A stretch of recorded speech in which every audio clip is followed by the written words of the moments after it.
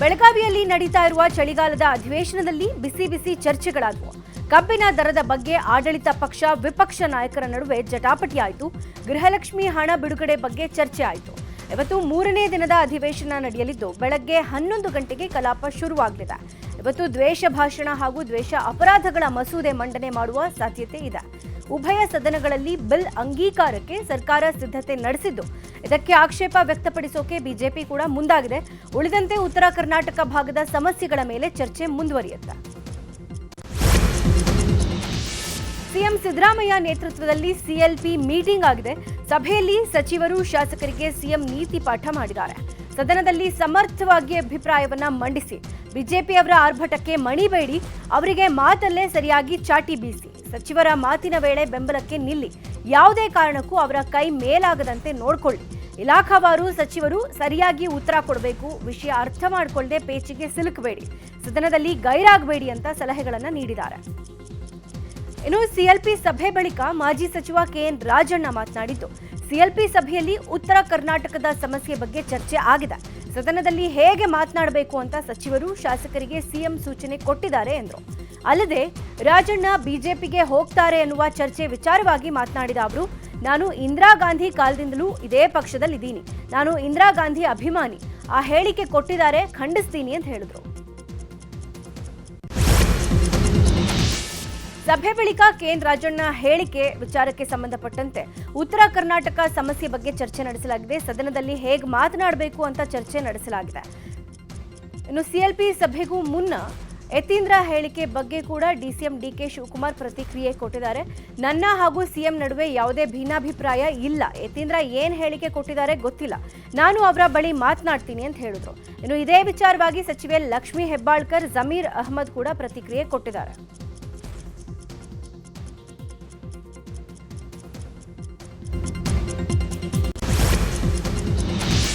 ಮುಂದಿನ ಅಹಿಂದ ನಾಯಕ ಸತೀಶ್ ಜಾರಕಿಹೊಳಿ ಎನ್ನುವ ಬಿಕೆ ಹರಿಪ್ರಸಾದ್ ಹೇಳಿಕೆಗೆ ಸಚಿವ ಭೈರತಿ ಸುರೇಶ್ ಕೌಂಟರ್ ಕೊಟ್ಟಿದ್ದಾರೆ. ಸಿದ್ದರಾಮಯ್ಯ ಇನ್ನೂ ಗಟ್ಟಿಮುಟ್ಟಾಗಿ ಚೆನ್ನಾಗೇ ಇದ್ದಾರೆ, ಸಿದ್ದರಾಮಯ್ಯನವರೇ ನಮ್ಮ ಅಹಿಂದ ನಾಯಕರು, ಮುಂದಿನ ನಾಯಕತ್ವ ಯಾರದ್ದು ಅನ್ನೋದನ್ನ ಹೈಕಮಾಂಡ್ ತೀರ್ಮಾನ ಮಾಡುತ್ತೆ ಅಂತ ಹೇಳಿದ್ರು. ಇನ್ನು ಪವರ್ ಶೇರಿಂಗ್ ವಿಚಾರಕ್ಕೆ ಮಾತನಾಡಿದ ಸಚಿವ ಎಂಬಿ ಪಾಟೀಲ್, ಯತೀಂದ್ರ ತಮ್ಮದೇ ಅಭಿಪ್ರಾಯ ಹೇಳಿರೋದು, ನಮ್ಮಲ್ಲಿ ಹೈಕಮಾಂಡ್ ಏನ್ ಹೇಳುತ್ತೆ ಅದೇ ಫೈನಲ್ ಅಂದ್ರು.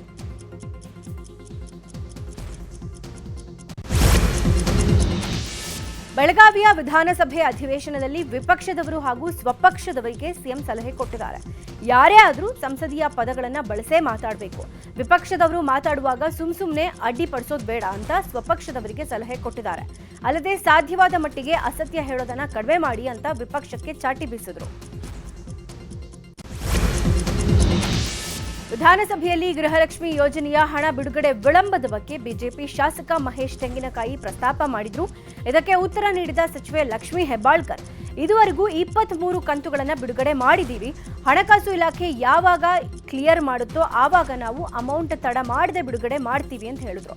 ಇದಕ್ಕೆ ಕೌಂಟರ್ ನೀಡಿದ ತೆಂಗಿನಕಾಯಿ, ಯಾಕೆ ಸರ್ಕಾರದಲ್ಲಿ ಹಣ ಇಲ್ವಾ ಅಂತ ಕೇಳಿದ್ದಾರೆ.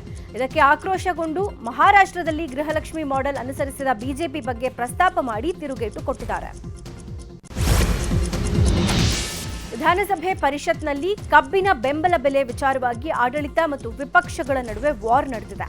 ಬೆಂಬಲ ನೀಡುವಲ್ಲಿ ಕೇಂದ್ರ ಸರ್ಕಾರ ಸಹಕಾರ ನೀಡಲಿಲ್ಲ ಅಂತ ಆಡಳಿತ ಪಕ್ಷದ ಸದಸ್ಯರು ಆರೋಪ ಮಾಡಿದ್ದಾರೆ. ಇದಕ್ಕೆ ಸಿಟ್ಟಾದ ಬಿಜೆಪಿ ಸದಸ್ಯರು, ರೈತರಿಗೆ ಸಹಾಯ ಮಾಡದ ಸರ್ಕಾರ ಅಂದ್ರೆ ಅದು ಕಾಂಗ್ರೆಸ್ ಸರ್ಕಾರ ಅಂತ ಹೇಳಿದ್ರು. ಈ ವೇಳೆ ಕೋಲಾಹಲವೇ ಸೃಷ್ಟಿಯಾಯಿತು. ಬೆಳಗಾವಿಯಲ್ಲಿ ಸರ್ಕಾರದ ವಿರುದ್ಧ ರೈತರ ಪರ ನಿಂತು ಬಿಜೆಪಿ ಬೃಹತ್ ಹೋರಾಟ ಮಾಡಿದೆ. ಯಡಿಯೂರಪ್ಪ ಮಾರ್ಗದ ಮಾಲಿನಿ ಸಿಟಿಯಲ್ಲಿ ಪ್ರತಿಭಟನೆ ನಡೆಸಲಾಗಿದೆ. ಪ್ರತಿಭಟನೆಯಲ್ಲಿ ಬಿಜೆಪಿ ರಾಜ್ಯಾಧ್ಯಕ್ಷ ಬಿವೈ ವಿಜೇಂದ್ರ, ವಿಪಕ್ಷ ನಾಯಕ ಆರ್ ಅಶೋಕ್, ಛಲವಾದಿ ನಾರಾಯಣಸ್ವಾಮಿ ಸೇರಿದಂತೆ ಹಲವು ನಾಯಕರು ಭಾಗಿಯಾಗಿದ್ದರು. ಪ್ರತಿಭಟನಾ ವೇದಿಕೆಯಲ್ಲೇ ಸರ್ಕಾರದ ವಿರುದ್ಧ ವಾಗ್ದಾಳಿ ನಡೆಸಿದರು. ಇನ್ನು ಪ್ರತಿಭಟನಾ ವೇದಿಕೆಯಿಂದ ನೇರವಾಗಿ ಸುವರ್ಣಸೌಧಕ್ಕೆ ಬಿಜೆಪಿ ನಾಯಕರು ಚಲೋ ನಡೆಸಿದ್ದು, ಸುವರ್ಣಸೌಧ ಮುತ್ತಿಗೆ ಹಾಕೋಕೆ ಯತ್ನಿಸಿದ್ದಾರೆ. ಆದರೆ ಬಿಜೆಪಿ ನಾಯಕರನ್ನ ಅಲರ ವಾರ್ಡ್ ಕ್ರಾಸ್ ಬಳಿಯೇ ಪೊಲೀಸರು ತಡೆದಿದ್ದಾರೆ. ಈ ವೇಳೆ ಭಾರೀ ಹೈಡ್ರಾಮಾ ನಡೆದಿತ್ತು. ಬಳಿಕ ಪೊಲೀಸರು ವಿಜೇಂದ್ರ, ಅಶೋಕ್, ಸಿಟಿ ರವಿ ಅವರನ್ನ ವಶಕ್ಕೆ ಪಡೆದು ಅಲ್ಲಿಂದ ಕರೆದೊಯ್ದಿದ್ದಾರೆ.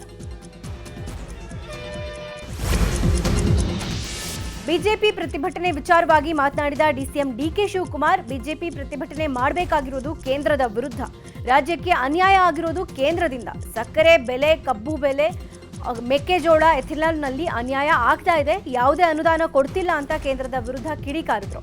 ಇನ್ನು ಇದೇ ವಿಚಾರವಾಗಿ ಸಚಿವೆ ಲಕ್ಷ್ಮೀ ಹೆಬ್ಬಾಳ್ಕರ್, ಸಚಿವ ಮಹದೇವಪ್ಪ ಕೂಡ ಪ್ರತಿಕ್ರಿಯೆ ಕೊಟ್ಟಿದ್ದಾರೆ. ರಾಜ್ಯದಲ್ಲಿ ಮತ್ತೆ ಟಿಪ್ಪು ಜಯಂತಿ ಆಚರಣೆ ಸದ್ದು ಮಾಡ್ತಾ ಇದೆ. ಬೆಳಗಾವಿ ಅಧಿವೇಶನದ ವೇಳೆ ಟಿಪ್ಪು ಜಯಂತಿಯ ಆಚರಣೆ ವಿಚಾರ ಮುನ್ನೆಲೆಗೆ ಬಂದಿದೆ. ಟಿಪ್ಪು ಜಯಂತಿ ಮಾಡೇ ಮಾಡ್ತೀವಿ ಅಂತ ಸಚಿವ ಜಮೀರ್ ಅಹ್ಮದ್ ಖಾನ್ ಹೇಳಿದ್ದಾರೆ. ಸರ್ಕಾರದ ವತಿಯಿಂದ ಟಿಪ್ಪು ಜಯಂತಿ ಸ್ಥಗಿತ ಆಗಿದೆ ಅಷ್ಟೇ. ಟಿಪ್ಪು ಅಭಿಮಾನಿಗಳು ಯಾರೂ ಆಚರಣೆಯನ್ನ ನಿಲ್ಲಿಸಿಲ್ಲ. ಸರ್ಕಾರದ ವತಿಯಿಂದ ಟಿಪ್ಪು ಜಯಂತಿಯನ್ನ ಆಚರಣೆ ಮಾಡೇ ಮಾಡ್ತೀವಿ ಅಂತ ಹೇಳಿದ್ರು. ಇನ್ನು ಟಿಪ್ಪು ಜಯಂತಿ ಆಚರಣೆ ಪ್ರಸ್ತಾಪಕ್ಕೆ ಬಿಜೆಪಿ ನಾಯಕರು ಆಕ್ರೋಶ ವ್ಯಕ್ತಪಡಿಸಿದ್ದು, ರಾಜ್ಯಕ್ಕೆ ಟಿಪ್ಪು ಕೊಡುಗೆ ಏನು ಅಂತ ಪ್ರಶ್ನೆ ಮಾಡಿದ್ದಾರೆ. ರಾಜ್ಯದಲ್ಲಿ ಟಿಪ್ಪು ಜಯಂತಿ ಆಚರಣೆ ಕುರಿತು ಕೋಲಾರದಲ್ಲಿ ಮಾಜಿ ಸಂಸದ ಎಸ್ ಮುನಿಸ್ವಾಮಿ ವಾಗ್ದಾಳಿ ನಡೆಸಿದರು. ಮೈಸೂರು ಮಹಾರಾಜರು ತಿನ್ನುವ ಊಟದಲ್ಲಿ ವಿಷ ಹಾಕಿದವರು ಟಿಪ್ಪು. ರಾಜ್ಯದ ದೇವಾಲಯಗಳನ್ನ ಮಸೀದಿ ಮಾಡಿದ ಕೀರ್ತಿ ಟಿಪ್ಪುಗೆ ಸಲ್ಲಬೇಕು. ರಾಷ್ಟ್ರಕವಿ ಕುವೆಂಪು, ಮಾಸ್ತಿ ವೆಂಕಟೇಶ್ ಅಯ್ಯಂಗಾರ್, ಸಾಲುಮರದ ತಿಮ್ಮಕ್ಕ ಅವರ ಜಯಂತಿ ಆಚರಣೆ ಮಾಡಲಿ. ಧರ್ಮ ವಿರೋಧಿ ಮತ್ತು ಮತಾಂತರಿ ಟಿಪ್ಪು ಜಯಂತಿ ಆಚರಣೆ ಮಾಡಬಾರ್ದು, ಕೈ ಬಿಡಬೇಕು ಅಂತ ಕಿಡಿಕಾರಿದ್ರು. ಸರ್ಕಾರದ ವಿರುದ್ಧ ಒಗ್ಗಟ್ಟಿನ ಹೋರಾಟಕ್ಕೆ ಬಿಜೆಪಿ ಪ್ಲಾನ್ ನಡೆಸಿದೆ. ಬೆಳಗಾವಿ ಖಾಸಗಿ ಹೋಟೆಲ್ನಲ್ಲಿ ವಿರೋಧ ಪಕ್ಷದ ನಾಯಕ ಆರ್ ಅಶೋಕ್, ಬಿಜೆಪಿ ರಾಜ್ಯಾಧ್ಯಕ್ಷ ಬಿವೈ ವಿಜೇಂದ್ರ ನೇತೃತ್ವದಲ್ಲಿ ಸಭೆ ನಡೆಸಲಾಗಿದೆ. ಸರ್ಕಾರದ ವಿರುದ್ಧ ಒಗ್ಗಟ್ಟಿನ ಹೋರಾಟ ಹಾಗೂ ಸರ್ಕಾರವನ್ನ ಇಕ್ಕಟ್ಟಿಗೆ ಸಿಲುಕಿಸುವ ಬಗ್ಗೆ ತಂತ್ರಗಾರಿಕೆ, ಸರ್ಕಾರದ ಆಂತರಿಕ ಕಚ್ಚಾಟ, ಈ ವಿಷಯಗಳ ಮೇಲೆ ಚರ್ಚೆ ಮಾಡುವ ಬಗ್ಗೆ ಸಭೆಯಲ್ಲಿ ಚರ್ಚಿಸಲಾಗುತ್ತೆ. ಇನ್ನು ಈ ಸಭೆಗೆ ಬಿಜೆಪಿ ರೆಬೆಲ್ ಶಾಸಕ ರಮೇಶ್ ಜಾರಕಿಹೊಳಿ ಗೈರಾಗಿದ್ದಾರೆ. ಪ್ರಧಾನಿ ನರೇಂದ್ರ ಮೋದಿಗೆ ಸಿಎಂ ಸಿದ್ದರಾಮಯ್ಯ ಪತ್ರ ಬರೆದಿದ್ದಾರೆ. ರಾಜ್ಯದ ತೊಗರಿ ಬೆಳೆಗಾರರ ಸಮಸ್ಯೆಗಳನ್ನು ಕುರಿತು ಪತ್ರ ಬರೆದಿದ್ದಾರೆ. ತೊಗರಿ ಬೆಳೆಯ ದರ ಕುಸಿತ ಆಗಿದೆ, ಇದರಿಂದ ರೈತರಿಗೆ ಸಾಕಷ್ಟು ಸಮಸ್ಯೆ ಆಗ್ತಾ ಇದೆ. 16.8 ಲಕ್ಷ ಹೆಕ್ಟೇರ್ ಪ್ರದೇಶದಲ್ಲಿ 12.6 ಲಕ್ಷ ಮೆಟ್ರಿಕ್ ಟನ್ ತೊಗರಿ ಬೆಳೆಯಲಾಗಿದೆ. ಆದರೆ ಕಲಬುರಗಿ, ಯಾದಗಿರಿ, ರಾಯಚೂರು, ಬಿಜಾಪುರ, ಬೆಳಗಾವಿ, ಬಳ್ಳಾರಿ, ಚಿತ್ರದುರ್ಗ, ಚಿಕ್ಕಬಳ್ಳಾಪುರ ಸೇರಿದಂತೆ ಹಲವು ಜಿಲ್ಲೆಗಳಲ್ಲಿ ಬೆಳೆದ ತೊಗರಿಗೆ ಬೆಲೆ ಸಿಗದೆ ರೈತರು ಸಂಕಷ್ಟಕ್ಕೆ ಈಡಾಗಿದ್ದಾರೆ. ಹೀಗಾಗಿ ಎಂಎಸ್ಪಿ ಹೆಚ್ಚಿಸುವಂತೆ ಪತ್ರದಲ್ಲಿ ಮನವಿ ಮಾಡಿದ್ದಾರೆ.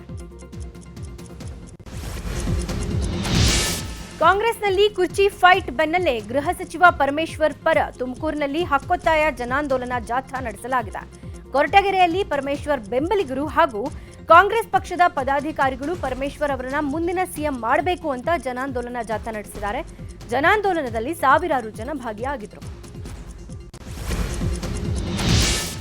ಇಂಡಿಗೋ ವಿಮಾನ ಹಾರಾಟ ವ್ಯತ್ಯಯ ಪ್ರಕರಣ ಸಂಬಂಧ ಸಿಇಒ ಪೀಟರ್ ಎಲ್ಬರ್ಸ್ ಸ್ಪಷ್ಟನೆ ಕೊಟ್ಟಿದ್ದಾರೆ. ಇಂಡಿಗೋ ಕಾರ್ಯಾಚರಣೆ ಈಗ ಸಹಜ ಸ್ಥಿತಿಯತ್ತ ಮರಳುತ್ತಾ ಇದೆ. ಎಲ್ಲ 138 ಮಾರ್ಗಗಳಲ್ಲೂ ಹಾರಾಟ ಪುನರಾರಂಭ ಆಗಿದೆ.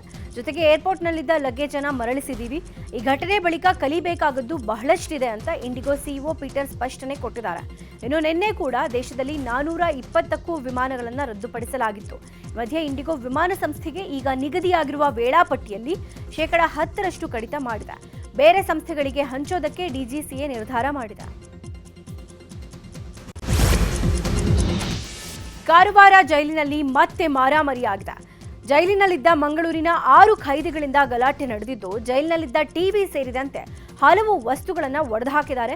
ಮೊನ್ನೆ ಅಷ್ಟೇ ಮಾದಕ ವಸ್ತುಗಳಿಗಾಗಿ ಗಲಾಟೆ ನಡೆದಿತ್ತು. ಗಲಾಟೆಯಲ್ಲಿ ಜೈಲರ್ ಸೇರಿ 3 ಸಿಬ್ಬಂದಿ ಮೇಲೆ ಹಲ್ಲೆ ಆಗಿತ್ತು. ಇದೀಗ ಮತ್ತೆ 6 ಖೈದಿಗಳಿಂದ ಮಾರಾಮಾರಿ ನಡೆದಿದೆ.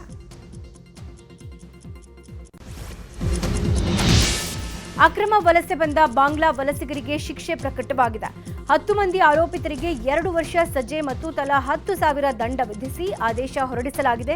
ಉಡುಪಿಯ ಮಲ್ಪೆ ಪೊಲೀಸರು ಕಾರ್ಯಾಚರಣೆ ನಡೆಸಿದ್ದಾರೆ. ಅಕ್ಟೋಬರ್ 11ರಂದು 7 ಮಂದಿ ಬಾಂಗ್ಲಾ ಪ್ರಜೆಗಳನ್ನು ವಶಕ್ಕೆ ಪಡೆದಿದ್ರು. ನಂತರ ಇವರು ಕೊಟ್ಟ ಮಾಹಿತಿಯ ಮೇರೆಗೆ ಮತ್ತೆ 3 ಬಂಧಿಸಿದ್ರು. ಬಂಧಿತರಲ್ಲಿ ಭಾರತ ದೇಶದ ಯಾವುದೇ ಅನುಮತಿ ದಾಖಲೆ ಇರಲಿಲ್ಲ. ನಕಲಿ ಆಧಾರ್ ಕಾರ್ಡ್ ದಾಖಲೆ ಸೃಷ್ಟಿ ಮಾಡಿಕೊಂಡಿದ್ರು. ಹೀಗಾಗಿ ಉಡುಪಿಯ ಪ್ರಧಾನ ಹಿರಿಯ ಸಿವಿಲ್ ನ್ಯಾಯಾಧೀಶರು ಮತ್ತು ಸಿಜೆಎಂ ನ್ಯಾಯಾಲಯ ಶಿಕ್ಷೆಯನ್ನ ಪ್ರಕಟ ಮಾಡಿದೆ. ರಾಜ್ಯದಲ್ಲಿ ಸದ್ದು ಮಾಡೋಕೆ ಡೆವಿಲ್ ಸಿನಿಮಾ ಸಿದ್ಧವಾಗಿದೆ. ಆದರೆ ರೇಣುಕಾಸ್ವಾಮಿ ಕೊಲೆ ಕೇಸಲ್ಲಿ ದರ್ಶನ್ ಜೈಲಲ್ಲಿರೋದ್ರಿಂದ ಚಿತ್ರ ಕಣ್ತುಂಬಿಕೊಳ್ಳೋಕೆ ಆಗ್ತಾ ಇಲ್ಲ. ಹೀಗಾಗಿ ಅಭಿಮಾನಿಗಳಿಗೆ ದರ್ಶನ್ ಜೈಲಿಂದಲೇ ಪ್ರೀತಿಯ ಪತ್ರ ಬರೆದಿದ್ದು ಪತ್ನಿ ವಿಜಯಲಕ್ಷ್ಮಿ ಸಾಮಾಜಿಕ ಮಾಧ್ಯಮದಲ್ಲಿ ಅದನ್ನು ಹಂಚಿಕೊಂಡಿದ್ದಾರೆ. ನಾನು ಈ ಸಂದೇಶವನ್ನು ನನ್ನ ಹೃದಯದಿಂದ ನೀಡ್ತಾ ಇದ್ದೀನಿ. ನಿಮ್ಮ ಪ್ರೀತಿ, ನಿಮ್ಮ ಬೆಂಬಲ, ಚಿತ್ರಕ್ಕೆ ನೀವು ನೀಡ್ತಾ ಇರುವ ಬಿಡುವಿಲ್ಲದ ಪ್ರಚಾರ, ನಾನು ದೂರವಿದ್ರೂ ನೀವೆಲ್ಲ ನನ್ನ ಜೊತೆಗೆ ಇರುವ ಧೈರ್ಯ ನೀಡಿದ. ನೀವೇ ನನ್ನ ಬಲ, ನೀವೇ ನನ್ನ ಕುಟುಂಬ, ನನ್ನ ಶಕ್ತಿ. ಆದಷ್ಟು ಬೇಗ ನಿಮ್ಮನ್ನ ಭೇಟಿಯಾಗುವ ದಿನಕ್ಕಾಗಿ ಕಾಯ್ತಿದ್ದೀನಿ ಅಂತ ಸಂದೇಶ ರವಾನಿಸಿದ್ದಾರೆ.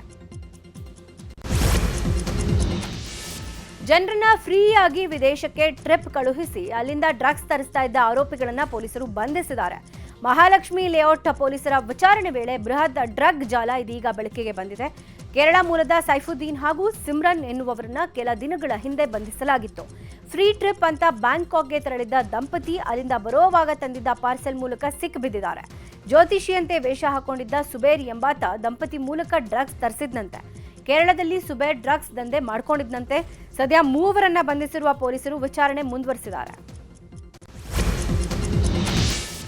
ದೆಹಲಿಯ ಸಂಸತ್ ಗ್ರಂಥಾಲಯ ಕಟ್ಟಡದ ಸಭಾಂಗಣದಲ್ಲಿ ಎನ್ಡಿಎ ಸಂಸದೀಯ ಪಕ್ಷದ ಸಭೆ ನಡೆದಿದೆ. ಈ ವೇಳೆ ಎನ್ಡಿಎ ಒಕ್ಕೂಟದ ಎಲ್ಲ ನಾಯಕರು ಪ್ರಧಾನಿ ಮೋದಿ ಅವರಿಗೆ ಬೃಹತ್ ಹಾರ ಹಾಕಿ ಸನ್ಮಾನ ಮಾಡಿದ್ದಾರೆ. ಬಳಿಕ ಸಂಸದರನ್ನ ಉದ್ದೇಶಿಸಿ ಮಾತನಾಡಿದ ಪ್ರಧಾನಿ, ಸರ್ಕಾರವು ಆರ್ಥಿಕ ಚಟುವಟಿಕೆಯನ್ನ ಹೆಚ್ಚಿಸಲು ಅಥವಾ ಆದಾಯವನ್ನ ಹೆಚ್ಚಿಸಲು ಮಾತ್ರವಲ್ಲದೆ ಸಾಮಾನ್ಯ ಜನರ ಜೀವನವನ್ನ ಮೂಲಭೂತವಾಗಿ ಸುಗಮಗೊಳಿಸಲು ಸುಧಾರಣೆಗಳನ್ನ ಕೈಗೆತ್ತಿಕೊಳ್ತಾ ಇದೆ ಅಂತ ಹೇಳಿದ್ರು. ರಾಜ್ಯಸಭೆಯಲ್ಲಿ ನಡೆದ ವಿಶೇಷ ಚರ್ಚೆಯಲ್ಲಿ ಅಮಿತ್ ಶಾ ವಂದೇ ಮಾತರಂ ಗೀತೆ ಕುರಿತು ಮಾತಾಡಿದ್ದಾರೆ. ವಂದೇ ಮಾತರಂ ಗೀತೆಯನ್ನ ಭಾರತದ ಪುನರ್ಜನ್ಮದ ಮಂತ್ರ ಅಂತ ಬಣ್ಣಿಸಿದ್ರು. ವಂದೇ ಮಾತರಂನ ಚರ್ಚೆ ಯಾವುದೇ ಪ್ರದೇಶಕ್ಕೆ ಸೀಮಿತ ಅಲ್ಲ, ಅದು ದೇಶದ ಸ್ವಾತಂತ್ರ್ಯ ಹೋರಾಟದ ಮಂತ್ರ. ವಂದೇ ಮಾತರಂ ಗೀತೆ ತುಂಡರಿಸದೇ ಇದ್ದಿದ್ರೆ ದೇಶ ವಿಭಜನೆನೇ ಆಗ್ತಾ ಇರಲಿಲ್ಲ ಅಂತ ವಿಪಕ್ಷಗಳ ವಿರುದ್ಧ ಚಾಟಿ ಬೀಸಿದ್ದಾರೆ. ಲೋಕಸಭೆ ವಿರೋಧ ಪಕ್ಷದ ನಾಯಕ ರಾಹುಲ್ ಗಾಂಧಿ ಲೋಕಸಭೆಯಲ್ಲಿ ಮತಗಳ್ಳತನದ ಬಗ್ಗೆ ಪ್ರಸ್ತಾಪಿಸಿ ಆಡಳಿತ ಪಕ್ಷದ ವಿರುದ್ಧ ವಾಗ್ದಾಳಿ ನಡೆಸಿದರು.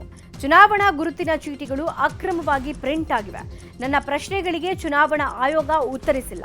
ಪ್ರಧಾನಿ ಮೋದಿಗೆ ಲಾಭವಾಗುವ ರೀತಿ ಆಯೋಗ ವರ್ತಿಸಿದೆ ಅಂತ ಗಂಭೀರ ಆರೋಪ ಮಾಡಿದ್ದಾರೆ.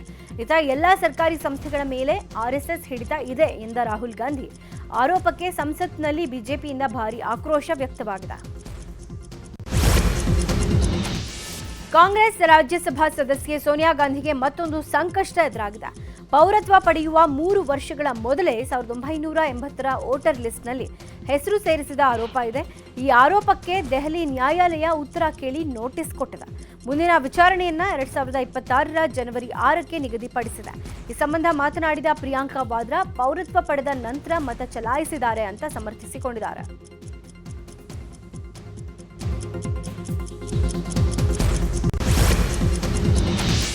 ಭಾರತದ ಅಕ್ಕಿ ಆಮದು ಮೇಲೆ ಹೊಸ ಸುಂಕ ವಿಧಿಸುವ ಬಗ್ಗೆ ಅಮೆರಿಕ ಅಧ್ಯಕ್ಷ ಡೊನಾಲ್ಡ್ ಟ್ರಂಪ್ ಸುಳಿವು ಕೊಟ್ಟಿದ್ದಾರೆ. ಶ್ವೇತಭವನದಲ್ಲಿ ನಡೆದ ಸಭೆಯಲ್ಲಿ ಮಾತನಾಡಿದ ಟ್ರಂಪ್, ಇನ್ನು ಮುಂದೆ ಭಾರತದ ತನ್ನ ಅಕ್ಕಿಯನ್ನ ಅಮೆರಿಕದಲ್ಲಿ ಸುರಿಯೋ ಹಾಗಿಲ್ಲ. ಭಾರತದ ಅಕ್ಕಿ ಮತ್ತು ಕೆನಡಾದ ರಸಗೊಬ್ಬರಗಳ ಮೇಲೆ ಹೊಸ ಸುಂಕಗಳನ್ನು ಪರಿಚಯಿಸುವ ಬಗ್ಗೆ ನಾನು ಗಂಭೀರವಾಗಿ ಚಿಂತಿಸಿದ್ದೀನಿ ಅಂತ ಹೇಳಿದ್ದಾರೆ. ಹೀಗಾಗಿ ಕರ್ನಾಟಕ ಸೇರಿದಂತೆ ಇಲ್ಲಿಂದ ಅಕ್ಕಿ ರಫ್ತು ಮಾಡುವ ಇನ್ನಷ್ಟು ರಾಜ್ಯಗಳಿಗೆ ಸುಂಕದ ಬರೆ ಬೀಳುತ್ತೆ. ಥೈಲ್ಯಾಂಡ್ ಮತ್ತು ಕಾಂಬೋಡಿಯಾ ನಡುವೆ ಗಡಿ ಸಂಘರ್ಷ ಮುಂದುವರೆದಿದೆ. ಯುದ್ಧದಲ್ಲಿ ಈವರೆಗೂ 14ಕ್ಕೂ ಹೆಚ್ಚು ಮಂದಿ ಸಾವನ್ನಪ್ಪಿದ್ದಾರೆ. ನಿನ್ನೆ ದಕ್ಷಿಣ ಕಾಂಬೋಡಿಯಾದ ಮೇಲೆ ಥೈಲ್ಯಾಂಡ್ ವೈಮಾನಿಕ ದಾಳಿ ನಡೆಸಿತ್ತು. ದಾಳಿಯಲ್ಲಿ ಸಾವು ನೋವು ಹೆಚ್ಚಾಗ್ತಿವೆ. ಇತ್ತ ಒಡ್ಡರ್ ಮಿಂಚೆ ಪ್ರಾಂತ್ಯದ ಸ್ಥಳೀಯರು ಸ್ಥಳಾಂತರಗೊಳ್ತಿದ್ದಾರೆ. ಈವರೆಗೆ 3 ಲಕ್ಷ ಜನರನ್ನ ಸುರಕ್ಷಿತ ಸ್ಥಳಗಳಿಗೆ ಶಿಫ್ಟ್ ಮಾಡಲಾಗಿದೆ. 7 ಅಂತಸ್ತಿನ ಕಟ್ಟಡದಲ್ಲಿ ಬೆಂಕಿ ಕಾಣಿಸಿಕೊಂಡು 20ಕ್ಕೂ ಹೆಚ್ಚು ಜನ ಸಾವನ್ನಪ್ಪಿದ್ದಾರೆ. ಇಂಡೋನೇಷ್ಯಾದ ರಾಜಧಾನಿ ಜಕಾರ್ತಾದಲ್ಲಿ ಮಂಗಳವಾರ ಈ ಘಟನೆ ನಡೆದಿದೆ. ಮಾಹಿತಿ ತಿಳಿದ ಕೂಡಲೇ ಅಗ್ನಿಶಾಮಕ ಸಿಬ್ಬಂದಿ ಸ್ಥಳಕ್ಕೆ ದೌಡಾಯಿಸಿ ಬೆಂಕಿಯನ್ನು ನಂದಿಸಿದ್ದಾರೆ. ಮೊದಲ ಮಹಡಿಯಲ್ಲಿ ಬ್ಯಾಟರಿ ಸ್ಫೋಟಗೊಂಡ ಪರಿಣಾಮ ಬೆಂಕಿ ಹೊತ್ಕೊಂಡಿದೆ ಅಂತ ಹೇಳಲಾಗ್ತಿದೆ. ದಕ್ಷಿಣ ಆಫ್ರಿಕಾ ವಿರುದ್ಧದ ಮೊದಲ ಟಿ20 ಪಂದ್ಯದಲ್ಲಿ ಟೀಂ ಇಂಡಿಯಾ 101 ರನ್ಗಳ ಭರ್ಜರಿ ಜಯ ಸಾಧಿಸಿದೆ. ಕಟಕ್ನಲ್ಲಿ ನಡೆದ ಪಂದ್ಯದಲ್ಲಿ ದಕ್ಷಿಣ ಆಫ್ರಿಕಾವನ್ನ ಕೇವಲ 74 ರನ್ಗಳಿಗೆ ಆಲ್ ಔಟ್ ಮಾಡಿ 5 ಪಂದ್ಯಗಳ ಸರಣಿಯಲ್ಲಿ 1-0 ಮುನ್ನಡೆ ಪಡೆದಿದೆ. ಮೊದಲು ಬ್ಯಾಟ್ ಮಾಡಿದ ಟೀಂ ಇಂಡಿಯಾ 175 ರನ್ ಕಲೆ ಹಾಕಿತ್ತು. ಬ್ಯಾಟಿಂಗ್ನಲ್ಲಿ ಹಾರ್ದಿಕ್ ಪಾಂಡ್ಯ ಅರ್ಧ ಶತಕದ ಇನ್ನಿಂಗ್ಸ್ ಆಡಿದ್ರೆ ಬೌಲಿಂಗ್ನಲ್ಲೂ 1 ವಿಕೆಟ್ ಪಡೆದು ಮಿಂಚಿದ್ದಾರೆ. ಸಿದ್ದರಾಮಯ್ಯ ಪುತ್ರ ಡಾಕ್ಟರ್ ಯತೀಂದ್ರ ಸಿದ್ದರಾಮಯ್ಯ ಹೇಳಿದ ಒಂದೇ ಒಂದು ಮಾತು ತಣ್ಣಗಾಗಿದ್ದ ಕುರ್ಚಿ ಕದನವನ್ನ ಸ್ಫೋಟಗೊಳ್ಳುವಂತೆ ಮಾಡಿದ. ಅಧಿವೇಶನದ ಮಧ್ಯೆಯೂ ಈ ಒಂದು ಮಾತು ಅಲ್ಲೋಲ ಕಲ್ಲೋಲ ಸೃಷ್ಟಿ ಮಾಡಿದ. ಏನ್ ಹೇಳಬೇಕಾಗಿದೆ ಅದು ಹೇಳಾಗಿದೆ. ನಮ್ಮ ಮತ್ತೆ ಯಾವುದಕ್ಕೂ ಪ್ರತಿಕ್ರಿಯೆ ಮಾಡೋದು. ಯಾರು ಏನಾದರೂ ಹೇಳಿ ನಾನು ಹೇಳಬೇಕಾಗಿ ನಾನು ಹೇಳಾಗಿದೆ. ವರಿಷ್ಠ ಸ್ಥಾನ ನೀವು ಯಾರು ತುಂಬಕ್ಕೆ ಹೋಗ್ಬೇಡಿ. ಸಿದ್ದರಾಮಯ್ಯನವರು ನಾಯಕತ್ವ ಬೇಡ ಅಂದಾಗ ತಾನೇ ಬೇರೆ ಪರ್ಯಾಯ ನಾಯಕತ್ವದ ಪ್ರಶ್ನೆ ಬರೋದು. ಆ ಮುಖ್ಯಮಂತ್ರಿ ಕುರ್ಚಿದಲ್ಲಿ ಸಿದ್ದರಾಮಯ್ಯ ಅವರು ಕೂತವ್ರು ಏನಕ್ಕೆ ಇದೆಲ್ಲ ಚರ್ಚೆ ಬೇಕು? ಅವ್ರು ಏನ್ ಹೇಳಿಕೆ ಕೊಟ್ಟಿದ್ದಾರೆ ಅನ್ನೋದು ನನಗಿನ್ನ ಅರ್ಥ ಇಲ್ಲ. ನಾನು ಅವ್ರ ಹತ್ರ ಮಾತಾಡ್ತೀನಿ. ಯಾರು ಮುಖ್ಯಮಂತ್ರಿ ಆಗಬೇಕು ಅನ್ನುವಂಥದ್ದು ಶಾಸಕರ ಮೀಟಿಂಗು. ತಮ್ಮ ಪಕ್ಷದಲ್ಲೇ ತಾವು ಖರೀದಿ ಮಾಡ್ತಾ ಇದ್ದಾರೆ. ಅಧಿಕಾರ ಹಸ್ತಾಂತರ, ಕುರ್ಚಿ ಕಚ್ಚಾಟ, ಪಟ್ಟಕ್ಕಾಗಿ ಫೈಟ್, ಹೀಗೆ ಎಲ್ಲದಕ್ಕೂ ಬ್ರೇಕ್ ಹಾಕಿದ್ದು ಆ 2 ಬ್ರೇಕ್ಫಾಸ್ಟ್ ಮೀಟಿಂಗ್ಗಳು. ಅದಾದ ನಂತರ ಸಿಎಂ ಹಾಗೂ ಡಿಸಿಎಂ ಒಗ್ಗೂಡಿ ಹೇಳಿದ್ದ ಮಾತು ಹೈಕಮಾಂಡ್ ನಿರ್ಧಾರಕ್ಕೆ ನಾವೆಲ್ಲ ಬದ್ಧ ಎಂಬ ನಿಲುವು. ಆದರೆ ಕಾಂಗ್ರೆಸ್ನ ಪರಿಸ್ಥಿತಿ ಸದ್ಯಕ್ಕೆ ಹೊರಗೆ ಒಗ್ಗಟ್ಟು, ಒಳಗೆ ಬಿಕ್ಕಟ್ಟು ಎಂಬ ರೀತಿಯಲ್ಲೇ ಮುಂದುವರೆದಿದೆ. ಕುರ್ಚಿ ಕಚ್ಚಾಟದ ಮತ್ತೊಂದು ಪರ್ವಕ್ಕೆ ಡಾಕ್ಟರ್ ಯತೀಂದ್ರ ಸಿದ್ದರಾಮಯ್ಯ ಮುನ್ನುಡಿ ಬರೆದಿದ್ದಾರೆ. ಡಾಕ್ಟರ್ ಕೊಟ್ಟ ಡೋಸ್ ಕಾಂಗ್ರೆಸ್ನಲ್ಲಿ ಹೊಸ ಜಟಾಪಟಿಗೆ ನಾಂದಿ ಹಾಡಿದೆ. ಇದಾದ ನಂತರ ಹೇಳಿಕೆಗೆ ಬದ್ಧರಾಗಿಯೇ ನಾನು ಹೇಳುವಂಥದ್ದನ್ನೆಲ್ಲ ಹೇಳಿಯಾಗಿದೆ ಎಂದು ಯತೀಂದ್ರ ಸ್ಪಷ್ಟಪಡಿಸಿದ್ದಾರೆ. ಮೊದಲನೇ ವರ್ಷ ಅದು ಮೂಡ ಬಂತು, ಆ ಸಮಯದಲ್ಲೂ ತಂದೆಯವರು ಪದವಿಯಿಂದ ಕೆಳಗಿಳಿತಾರೆ ಅಂತ ಹೇಳಿದ್ರು. ನಂತರ ಲೋಕಸಭಾ ಎಲೆಕ್ಷನ್ ಬಂತು, ಅದ್ರೊಳಗೂ ಕೂಡ ಸೀಟ್ ಕಮ್ಮಿ ಬಂದು ಅವ್ರನ್ನ ಕೆಳಗಿಳಿಸ್ತಾರೆ ಅಂತ ಹೇಳಿದ್ರು. ಸೊ ಹಾಗ ಅವ್ರು ಹೇಳ್ಕೊಂಡೇ ಬರ್ತಿದ್ದಾರೆ. ಬಟ್ ಅವ್ರು ಕನಸು ಕಾಣ್ತಾ ಕೂತಿರ್ಬೇಕಷ್ಟೇ. ಅದ್ರ 5 ವರ್ಷ ಸಿದ್ದರಾಮಯ್ಯ ಇರ್ತಾರೆ ಸರ್ ಅಧಿಕಾರದಲ್ಲಿ. ನಾನು ಈಗಾಗಲೇ ಅದ್ರ ಬಗ್ಗೆ ಹೇಳಿದ್ದೀನಿ. ವೈಯಕ್ತಿಕವಾಗಿ ಮುಖ್ಯಮಂತ್ರಿಗಳು ಇನ್ನು 5 ವರ್ಷ ತಮ್ಮ ಸಂಪೂರ್ಣ ಅಧಿಕಾರಾವಧಿಯನ್ನ ಪೂರ್ಣ ಮಾಡ್ತಾರೆ ಅನ್ನೋ ನಂಬಿಕೆ ನನಗಿದೆ. ನಿನ್ನೆನೆ ನಾನು ಎಲ್ಲಾನು ಏನ್ ಹೇಳ್ಬೇಕು ಹೇಳಿದ್ದೀನಿ. ಮತ್ತೆ ಆ ವಿಷಯದಲ್ಲಿ ಮಾತಾಡುವಂತದ್ದೇನು ಅಲ್ಲ, ಪ್ರತಿಕ್ರಿಯೆ ಬರುತ್ತೆ. ಅಲ್ಲ, ಪ್ರತಿ ಬಾರಿ ಪ್ರತಿಯೊಬ್ರು ಏನಾದ್ರು ಹೇಳೋದಕ್ಕೆಲ್ಲ ನಾವು ಪ್ರತಿಕ್ರಿಯೆ ಮಾಡ್ಕೊಂಡು ಕೂತ್ಕೊಳ್ಳೋದಕ್ಕಾಗಲ್ಲ. ನಾನು ಏನ್ ಹೇಳ್ಬೇಕು ಏನೇನು ಹೇಳಾಗಿದೆ. ಆದರೆ ಯತೀಂದ್ರ ತಮ್ಮ ಮಾತಿಗೆ ಬಂದಿರುವ ಪ್ರತಿಕ್ರಿಯೆಗಳ ಬಗ್ಗೆ ತಲೆ ಕೆಡಿಸಿಕೊಳ್ಳಲಿ ಬಿಡಲಿ, ಕಾಂಗ್ರೆಸ್ನಲ್ಲಿರುವ ಇನ್ನೊಂದು ಬಣಕ್ಕೆ ಸಿಟ್ಟು ತರಿಸಿದೆ. ಇದೇ ಕಾರಣಕ್ಕೆ ವರಿಷ್ಠರು ಹೇಳುವಂಥದ್ದನ್ನ ಅವರೇ ಹೇಳ್ತಾರೆ. ಆ ಕೆಲಸವನ್ನ ಯತೀಂದ್ರ ಮಾಡುವುದು ಬೇಡ ಎಂದು ಡಿಕೆಶಿ ಆಪ್ತ ಶಾಸಕರು ಕುಟುಕಿದ್ದಾರೆ. ಎಲ್ಲವೂ ವರಿಷ್ಠ ಸ್ಥಾನ ನೀವು ಯಾರು ತುಂಬಕ್ಕೆ ಹೋಗ್ಬೇಡಿ. ವರಿಷ್ಠರದೇ ಆದಂತ ಒಂದು ಗೌರವ ಇದೆ. ವರಿಷ್ಠರು ತೀರ್ಮಾನ ತಗೊಳ್ತೀವಿ ಅಂತ ಹೇಳಿದ್ದಾರೆ. ವರಿಷ್ಠರ ಮಾತಿಗೆ ನಾವೆಲ್ಲರೂ ಬದ್ಧವಾಗಿರಬೇಕಾಗ್ತದೆ. ಹೀಗೆ ಏಟಿಗೆ ಎದುರೇಟು ಎಂಬುದು ಈಗ ಖಚಿತವಾಗಿದೆ. ಇದರ ನಡುವೆ ಸಿದ್ದರಾಮಯ್ಯನವರ ಮಗನೇ ಮಾತಾಡಿರುವಾಗ ನಾವಿನ್ನೂ ಸುಮ್ಮನಿರೋದೇಕೆ ಎಂದು ಹಲವರು ಆಕ್ಟಿವ್ ಆಗಿದ್ದಾರೆ. ಸಿಎಂ ಸಿದ್ದರಾಮಯ್ಯ ಪರ ಬ್ಯಾಟಿಂಗ್ಗೆ ಇಳಿದಿದ್ದಾರೆ. ಜೊತೆಗೆ ಈ ವಿಶ್ವಾಸದ ಹಿಂದೆ ಹಲವು ಲೆಕ್ಕಾಚಾರಗಳು ಸಾಗಿವೆ. ಸಿದ್ದರಾಮಯ್ಯ ಪೂರ್ಣಾವಧಿ ಸಿಎಂ ಆಗ್ತಾರೆ ಎಂಬ ವಿಶ್ವಾಸವಿದೆ. ಹೈಕಮಾಂಡ್ ಬದಲಾವಣೆ ಮಾಡಲ್ಲ ಎಂಬ ನಂಬಿಕೆಯೂ ಇದೆ. ಸಿದ್ದರಾಮಯ್ಯ ಮಾಸ್ ಲೀಡರ್, ಅಹಿಂದ ನಾಯಕ. ಅಷ್ಟೇ ಅಲ್ಲ, ಉತ್ತಮ ಆಡಳಿತ ನೀಡಿರುವ ಕಾರಣಕ್ಕೆ ಮುಂದುವರಿಸುತ್ತಾರೆ ಎಂಬುದು ಶಾಸಕರ ಸಚಿವರ ವಾದ. ಗ್ಯಾರಂಟಿ ಹೊರೆ ಮೀರಿ ಆರ್ಥಿಕ ಸಮತೋಲನೆ ಮಾಡುತ್ತಿರುವ ಕಾರಣಕ್ಕೆ ಬದಲಾವಣೆ ಅನಿವಾರ್ಯವಲ್ಲ ಎಂಬ ನಿಲುವು ಸಿದ್ದು ಟೀಮ್ನದ್ದು. ದೇಶದಲ್ಲಿ ಹಲವು ಸೋಲುಗಳನ್ನು ಕಂಡಿರುವ ಕಾಂಗ್ರೆಸ್ ಕರ್ನಾಟಕದಲ್ಲಿ ಪ್ರಯೋಗ ಮಾಡುವ ಸಾಹಸಕ್ಕೆ ಕೈ ಹಾಕುವುದಿಲ್ಲ.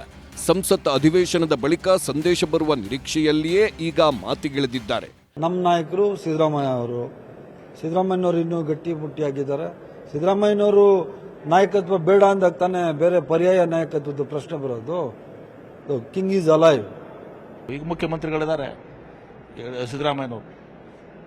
5 ವರ್ಷಗಳ ಕಾಲ ಸಿದ್ದರಾಮಯ್ಯನವರು ಮುಂದುವರಿತಾರ ಏನನ್ಸುತ್ತೆ ತಮಗೆ? ನಿಶ್ಚಿತವಾಗಿ ಅವರು 5 ವರ್ಷ ಮುಂದುವರಿತಾರೆ. CLPಯಲ್ಲಿ ನಾವು ಎಲೆಕ್ಟ್ ಮಾಡಿದಾಗ AICC, ಅದು ನಾನು ಮೊದಲೇ ಹೇಳಿದ್ದೀನಿ, AICC ಅಬ್ಸರ್ವರ್ ಇರ್ತಾರೆ. ಅದನ್ನ ಇನಾನಿಮಸ್ ಆಗಿ ಚೀಫ್ ಮಿನಿಸ್ಟರ್ ಎಲೆಕ್ಟ್ ಮಾಡ್ತಾರೆ. ಅಲ್ಲಿ ಯಾವುದೇ ವರ್ಷ ಹಾಕೋದಿಲ್ಲ. ಅಲ್ಲಿ ಏನಾಗ್ತದೆ, ಅದೇನಾದ್ರೂ ಖಾಲಿ ಆದ್ರೆ ಮಾತ್ರ ಹೊಸ ಬರ್ತದೆ. ಅದಕ್ಕೆ ಅವ್ರು ಹೇಳ್ತಾರೆ. ಅವ್ರು ಹೇಳಿದ್ರು ಕರೆಕ್ಟ್ ಆಗಿದೆ. ಖಾಲಿ ಇಲ್ಲ, ಹಾಗಾಗಿ ಆ ತರದ ಬೆಳವಣಿಗೆ ಇಲ್ಲ. ಸದ್ಯಕ್ಕೆ ಖಾಲಿ ಇಲ್ಲ. ಉತ್ತರ ಮತ್ತು ಪ್ರತ್ಯುತ್ತರಗಳು ಬರ್ತಾ ಇರುತ್ತೆ. ಯಾರಿಗೂ ಯಾವ ಕಾರ್ಯಕರ್ತರಿಗೂ ಗೊಂದಲ ಇಲ್ಲ, ಯಾವ ನಾಯಕರಿಗೂ ಗೊಂದಲ ಇಲ್ಲ. ಹೀಗೆ ಒಬ್ಬರಾದ ಮೇಲೆ ಒಬ್ಬರು ಸಿದ್ದರಾಮಯ್ಯ ಪರವಾಗಿ 6, 4 ಹೊಡೆಯುವ ರೀತಿಯಲ್ಲಿ ಬ್ಯಾಟಿಂಗ್ ಮಾಡುತ್ತಿದ್ದಾರೆ. ಇದರ ನಡುವೆಯೇ ಕಾಂಗ್ರೆಸ್ ಶಾಸಕಾಂಗ ಪಕ್ಷದ ಸಭೆಗೂ ಮುಂಚಿತವಾಗಿ ಸಿಎಂ ಆಪ್ತರ ಲಂಚ್ ಮೀಟಿಂಗ್ ನಡೆದಿದೆ.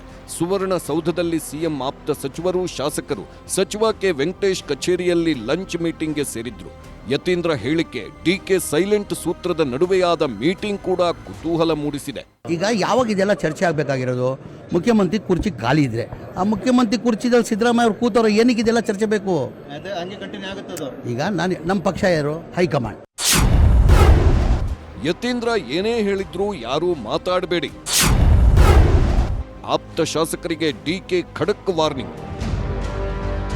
5 ವರ್ಷ ನಮ್ಮಪ್ಪನೇ ಸಿಎಂ ಎಂಬ ಯತೀಂದ್ರ ಮಾತುಗಳು ಸಹಜವಾಗೇ ಡಿಕೆ ಕ್ಯಾಂಪ್ನಲ್ಲಿ ಕಂಪನ ಮೂಡಿಸಿದೆ.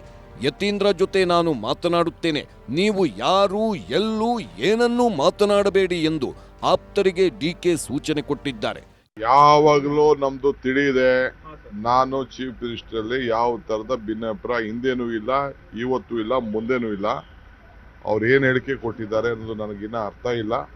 ಅರ್ಥ ಆಯ್ತಾ? ನಾನು ಅವ್ರ ಹತ್ರ ಮಾತಾಡ್ತೀನಿ. ಹೀಗೆ ತಮ್ಮ ಜೊತೆಗೆ ಸಿಎಂ 2 ಬ್ರೇಕ್ಫಾಸ್ಟ್ ಮೀಟಿಂಗ್ ಮಾಡಿದ ನಂತರ ತಾವೇನು ನಿರ್ಧಾರ ಹೇಳಿದ್ದೆವೋ ಅದಕ್ಕೆ ಬದ್ಧರಾಗಿಯೇ ಡಿಕೆ ಶಿವಕುಮಾರ್ ಮುಂದುವರೆದಿರುವುದು ಅವರ ಮಾತುಗಳಲ್ಲಿ ಸ್ಪಷ್ಟವಾಗಿತ್ತು.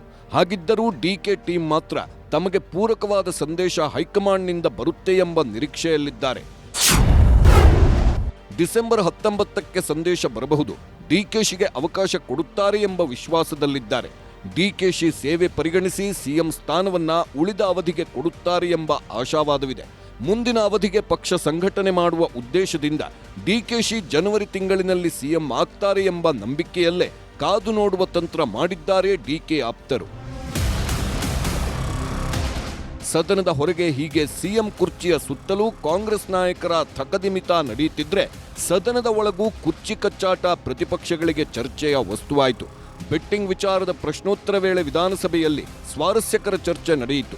ಬೆಟ್ಟಿಂಗ್ ಆ್ಯಪ್ ತಡೆಯಲು ಸರ್ಕಾರ ಬದ್ಧ ಎಂದು ಪರಮೇಶ್ವರ್ ಹೇಳುತ್ತಲೇ ಸರ್ಕಾರ ಕೂಡ ಬೆಟ್ಟಿಂಗ್ನಲ್ಲೇ ತೊಡಗಿದೆ ಎಂದು ಬಿಜೆಪಿ ಶಾಸಕ ವಿ ಸುನಿಲ್ ಕುಮಾರ್ ಕಿಚಾಯಿಸಿದ್ರು. ಅವ್ರು ಹೇಳಿರೋದು ಸರಿ ಇದೆ, ಅವ್ರು ಹೇಳಿರೋ ಬಗ್ಗೆ ಭಿನ್ನಾಭಿಪ್ರಾಯ ಇಲ್ಲ.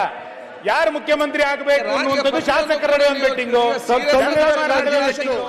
ಇನ್ನು ಬಿಜೆಪಿಯ ಉಚ್ಚಾಟಿತ ಶಾಸಕ ಬಸನಗೌಡ ಪಾಟೀಲ್ ಯತ್ನಾಳ್ ಕೂಡ ಅದೇ ಧಾಟಿಯಲ್ಲೇ ಮಾತನಾಡಿದ್ರು. 40 ಕೋಟಿ ರೂಪಾಯಿ ಕ್ಯಾಶು, ಒಂದು ಫಾರ್ಚುನರ್ ಗಾಡಿ, ಬೆಂಗಳೂರಿನಲ್ಲಿ ಒಂದು ಫ್ಲಾಟು ಒಂದು ಕಡೆಯಿಂದ ಡಿಮಾಂಡ್ ಬರ್ತಾ ಇದೆ. ಅದಕ್ಕೆ ಪೂರ್ವಕವಾಗಿ ನಾ ಏನು ಕೊಡ್ಬೇಕಂತ ಇನ್ನೊಂದು ಕಡೆ ಡಿಮಾಂಡ್. ಈ ವ್ಯಾಪಾರ ನಡೆದಿದೆ, ಕುದುರೆ ವ್ಯಾಪಾರ. ಇದು ವಿರೋಧ ಪಕ್ಷದ ಖರೀದಿಯಲ್ಲಿ ನಡೆದಿಲ್ಲ, ತಮ್ಮ ಪಕ್ಷದಲ್ಲೇ ತಾವು ಖರೀದಿ ಮಾಡ್ತಾ ಇದ್ದಾರೆ. ವಿಧಾನಸಭೆ ವಿಧಾನ ಪರಿಷತ್ನಲ್ಲೂ ಚರ್ಚೆಗಳ ವೇಳೆ ಸರ್ಕಾರವನ್ನ ಪ್ರತಿಪಕ್ಷಗಳ ಸದಸ್ಯರು ಹೆಜ್ಜೆ ಹೆಜ್ಜೆಗೂ ಕಿಚಾಯಿಸುತ್ತಲೇ ಇದ್ದಾರೆ. ಚರ್ಚೆಗಳ ರಸದೌತಣದಲ್ಲಿ ಕುರ್ಚಿ ಕಚ್ಚಾಟದ ಒಗ್ಗರಣೆಯನ್ನು ಹಾಕಲು ಪ್ರತಿಪಕ್ಷಗಳು ಮರೆಯುತ್ತಿಲ್ಲ. ಆದರೆ ಆಡಳಿತ ಪಕ್ಷದಲ್ಲಿ ಕುರ್ಚಿ ಕದನದ ಚರ್ಚೆ ನಿಲ್ಲೋದು ಯಾವಾಗ ಎನ್ನುವುದಕ್ಕೆ ಕಾಂಗ್ರೆಸ್ ಹೈಕಮಾಂಡ್ ಉತ್ತರ ಕೊಡಬೇಕಿದೆ. Bureau report, news 18. ಕೊಲೆ ಕೇಸಲ್ಲಿ ಜೈಲಲ್ಲಿರುವ ನಟ ದರ್ಶನ್ಗೆ ಈಗ ಮತ್ತೊಂದು ಸಂಕಷ್ಟ ಎದುರಾಗಿದೆ. ಅದರಲ್ಲೂ ಕೂಡ ಸಹ ಖೈದಿಗಳ ಮೇಲಿನ ಹಲ್ಲೆ ಕೇಸ್ ಸಂಬಂಧ ಜೈಲಧಿಕಾರಿಗಳು ಬಹಳ ಸೀರಿಯಸ್ ಆಗಿದ್ದಾರೆ. ವರದಿ ನೀಡೋಕೆ ಜೈಲು ಅಧಿಕಾರಿ ಸೂಚನೆ ಕೊಟ್ಟಿದ್ದಾರೆ. ಮತ್ತೊಂದು ಕಡೆ ಕೋರ್ಟ್ನಿಂದ ಆದೇಶ ಸಿಕ್ಕರೂ ಕೂಡ ದರ್ಶನ್ಗೆ ಟಿವಿ ಭಾಗ್ಯ ಸಿಕ್ಕಿಲ್ಲ.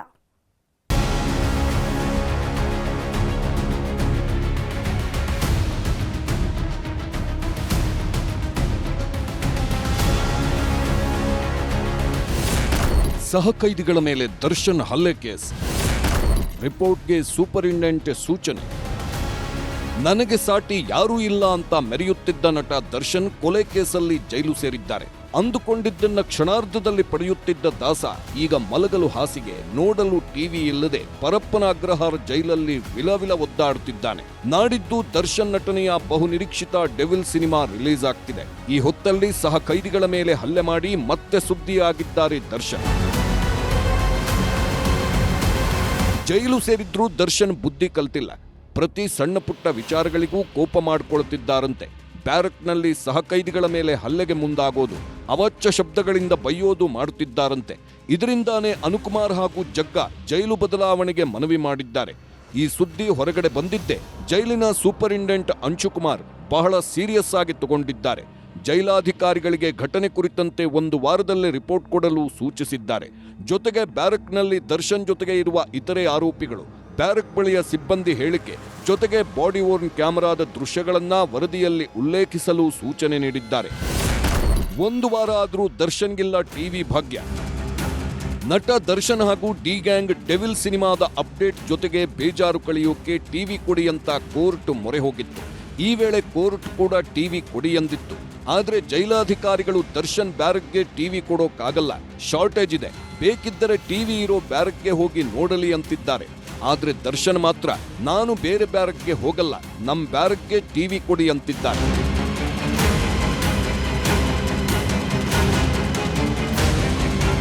ಒಟ್ನಲ್ಲಿ ದರ್ಶನ್ಗೆ ಯಾಕೋ ಟೈಮ್ ಅನ್ನೋದೇ ಸರಿಯಿಲ್ಲ. ಕೊಲೆ ಕೇಸಲ್ಲಿ ಅಂಧರಾಗಿರುವುದರ ಜೊತೆಗೆ ಈಗ ಸೌಲಭ್ಯಗಳನ್ನ ಪಡೆಯುವುದಕ್ಕೆ ಪರದಾಟ ಮಾಡ್ತಾ ಇದ್ದಾರೆ.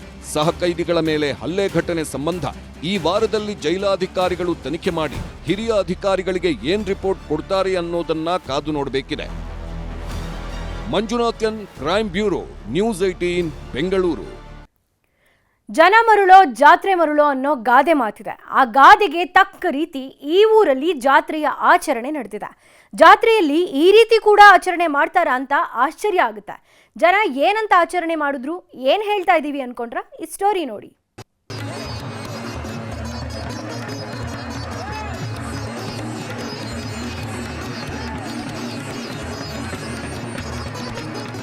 ದೇವ್ರು ಅಂದ್ರೆ ಜನ ಭಕ್ತಿ ಭಾವದಿಂದ ನಮಿಸ್ತಾರೆ. ಯಾರಿಗೆ ಭಯ ಪಡ್ತಾರೋ ಇಲ್ವೋ ಗೊತ್ತಿಲ್ಲ, ಆದ್ರೆ ಭಗವಂತನಿಗೆ ಮಾತ್ರ ಹೆದರ್ತಾರೆ. ಸ್ವಾಮಿ ಕಾಪಾಡಪ್ಪ ಅಂತ ಕೈ ಮುಗಿತಾರೆ. ಆದ್ರೆ ಭಕ್ತಿ ಅನ್ನೋದು ಜನರ ಮನಸ್ಸಲ್ಲಿ ಯಾವ ಮಟ್ಟಿಗೆ ಇದೆ ಅನ್ನೋದಕ್ಕೆ ಈ ದೃಶ್ಯಗಳೇ ಸಾಕ್ಷಿ. ಓಬಳೇಶ್ವರ ಜಾತ್ರೆ ವಿಶಿಷ್ಟ ಆಚರಣೆ ಕಂಡು ಮೂಕ ವಿಸ್ಮಿತರಾಗಿದ್ದಾರೆ.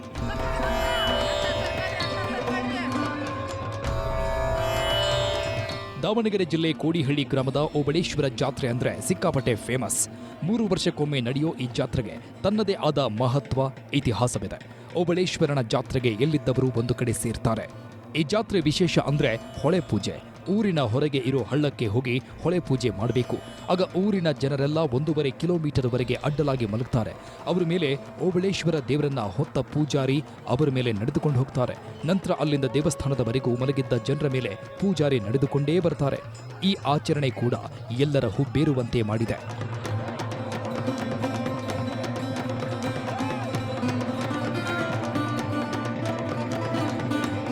ದೇವರು ಒಳೆ ಪೂಜೆ ಅಂತ ಹೋಗುತ್ತೆ.